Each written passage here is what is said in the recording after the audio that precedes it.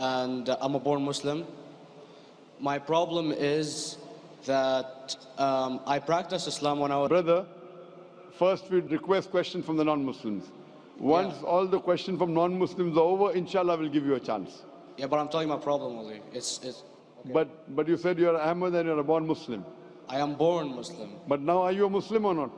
I'm agnostic. Oh, so now you have left the religion of Islam. Yeah, I'm confused. Okay, fine. If you have left the religion of Islam, you can ask the question, brother. Okay. So my question is, how come I don't have the faith that you and the other Muslims have and some of my friends, even though I practiced Islam a lot and I even did Umrah, but I still do most of the sins that are forbidden in Islam, and I sometimes am lazy to do the prayer and the other subjects we have to do in Islam. I have read many books and about other religions and conspiracy theories and documentaries and such. I even have seen your own videos on YouTube, and there are many questions that go around my head about Allah and the Messenger and Muslims in general. And basically the most important question is, you said in one of your debates or questions that Allah is the creator and He's uncreated. But I have realized, how can the uncreated exist? And if He exists, how can we notice Him? How can we see Him or hear Him or feel Him or know of His existence if He's uncreated in our own dimension or so? That's one of the questions. Brother Ahmed said that he is a born Muslim. He comes from Iraq. He read the Quran, he read the books, but he commits many sins. He believes maybe sometimes he's agnostic and he's lazy for praying. Brother, before I answer your main question, if you do sins and if you're lazy for praying, that does not make you a non-Muslim. As long as you believe that praying is fard, sometimes you miss, it's a sin. It's a major sin that you sometimes don't pray, but that doesn't make you a non-Muslim. If you say praying is not required, then you're doing kufr. But if sometimes you do sin, sometimes minor sin, sometimes major sin, it is haram, it's forbidden, but that does not throw you outside the fold of Islam. There are sometimes waswasa of the shaitan asking you, you're a Muslim, but this is wrong in Islam, this is wrong. And it does deviate the person's mind. At that time, maybe your iman may be low. But these things should not make you consider that you're non-Muslim. Regarding a question that I mentioned in my speech, and you're right, that Almighty God is the creator, but He Himself is uncreated. You ask the question, how can the uncreated, how can we see the uncreated, and how it's possible? Allah subhanahu wa ta'ala is Khaliq, is the creator. And by definition, He's uncreated. Because normally people say that when they try and prove in logic that everything has a creator, who created this table, the carpenter, from where he got, from the tree, who created the tree, so it goes back to Allah. So when many of the people try to convince an atheist, they try and say that everything has a creator, and then they get trapped when the atheist asked him who created Allah. So if you hear my tapes, I never go that way. I ask the atheist that how did you come to know about the universe? How did you come to know about the functioning of the stars, of the sun? And he says, and goes back, that the creator. So it's the vice versa. So if you know how to deal with logic, you don't trip over this problem with the atheist trap, the Muslims or the believers, by saying who created Allah. By definition, Allah is uncreated. And if you ask the question, who created Allah? If you have heard my tapes, I give the reply, that suppose a person comes and says that my brother John. Yeah, I know, I saw that, I heard that's funny, but I mean, how does he exist if he's uncreated? Not that is Allah. Yeah. That's the difference between you and Allah. How does he exist? Means he was existing. He doesn't have a beginning. You and I have a beginning, that's human being. So that is the difference between us and Allah. You can't say that Allah has to be like us. If Allah is like you and me, why should we worship Him? I see, but have you heard of the phenomenon, the Big Brother? used by various orders and political agendas to control the people and such by implementing it into multiple gods, and then later on it became a monotheistic religions all over the world to make it easier for Big the Brother, people to... sorry, I've never heard of the religion Big Brother. It's not a religion. It's like a theory, an idea, basically. For What does it say? Yes? What does this idea say? What does it say? Is that when you have a big brother, it's easier for you to live life. When you have someone watching you the whole time, understanding you the whole time, protecting you the whole time, being with you the whole time, and you can talk to him, although he never talks to you back, maybe in your dreams, due to your mind and such, it's easier for you to live. While a human who does not have a big brother and is not easily controlled into doing so and is having complete freedom is a danger for the major ruling powers and such. What does this say? I don't understand. Big Brother may be the Big Brother may not be the... What does it have to do with Islam and God? What does it have to do? Because basically Allah is watching you the whole time. So you want to say that Allah is like a big brother? Indeed, you use him for your protection so you won't be scared. You know what I mean?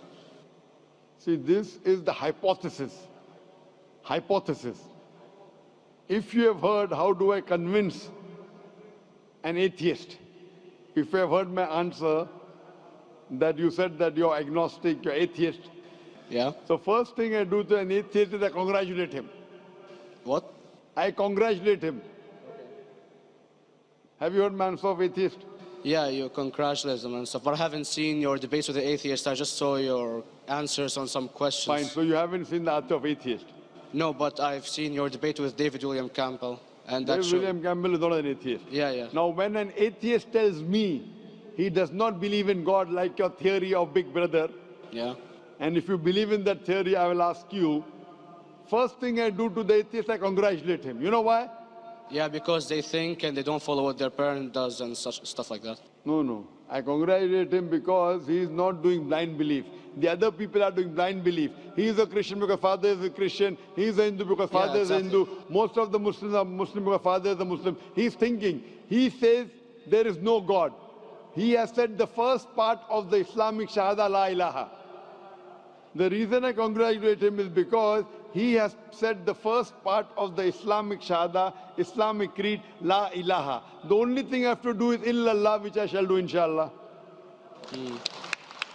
So if you have heard my answer, an atheist becomes an atheist because he believes in science, he believes in logic. So I ask him that if an equipment is bought in front of him, which no one in the world has ever seen, and if the question is asked that who will be the first person who will be able to tell you the mechanism of this new equipment, what is the answer? Of course, he's going to tell you the producer or the maker of this equipment. Creator, producer, maker. So when we ask him questions that how did this universe come into existence, he will talk about the Big Bang.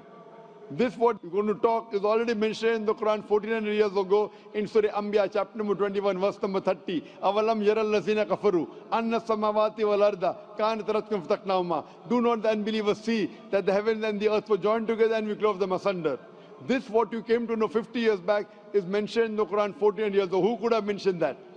Well, in various civilizations in like 2000 or 5000 BC before Islam came or Christianity itself, there was various civilizations that are good in astronomy and they know more about our solar system than we do now, sadly. Brother, your knowledge of science is little, not in-depth. I do agree. There are certain things which were known as hypotheses.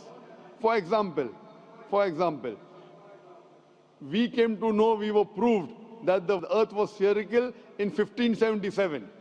I know that in 6th century BC, there were Pythagoreans who believed that the earth was spherical. But the same Pythagoreans who believed the earth was spherical also believed that the earth was the center of the universe, which is wrong. You show me one civilization which believes 100% what the Quran has mentioned. I challenge you. What you say, so do you mean to say there was a person who said, okay, this civilization, out of 100 things, these 2 things are right. Out of 100 things, these 5 things are right. Out of this 100, and picked and chose. Who can do that? No one besides the Creator. Even if you know that there were 10 different civilizations, hundreds of civilizations, there is not a single civilization that you know in the past which knew 100% of science what we know today. So where is your logic? Where is your theory? I do know that certain things were hypotheses, which were proved later on. But there is not a single civilization which knows everything what is mentioned in the Quran. So the answer goes back to the original question, who could have collected this in the Quran? Someone 1400 years back, could he do and say, okay, out of these 100 things, these 3 are right, out of these 100 things, these 2 are right, out of this are... It's not possible. Mathematically, it's not possible. Well, you never gave the idea of extraterrestrials or so. I mean, knowledge is power, and... Brother, I'm asking you a simple question. We are not come here to have a debate. Yeah. I'm asking you a question. Point out a single civilization. You're asking something else. Yeah, we are right. not here to discuss. You can come in the room and discuss. You ask a question, I'm giving you the answer. You gave about old civilization. I told you you're right. But out of 100 things, 98 they were wrong. So I'm asking you, who could have mentioned this in the Quran? You're talking something else now. Yeah, well, I'm asking a simple question, 2 plus 2 equal how much? You're saying, I'm telling you 3 multiplied by 3 is how much? I'm asking a name, you're telling that where do you live? Yeah, I'm asking a simple question, name me a single civilization which has everything what was mentioned in the Quran. Do you know of any or not? Yes or no? Well, not everything, of course. Even not 10%. Why? Babylon knows of most of the planets and such. Planet is not the only thing mentioned in the Quran. There are 1,000 things mentioned in the Quran. To say what 1,000 things are mentioned in the Quran, 10% would be equal to 100 things. Did Babylonian civilization knew about 100 things mentioned in the Quran? No, because they You don't cannot. have the They knew 5 or 6 things. In percentage wise, very small. So of course. Who can be the author of the Quran besides the creator to know what is right, what is wrong? Today science has established the hypothesis mentioned by Babylonian so many centuries back is today proven. So these were hypotheses in the past, which out of them many have been rejected, some have been accepted. So to collect all which is 100% correct has to be from the creator and no one else. Hope that answers the question.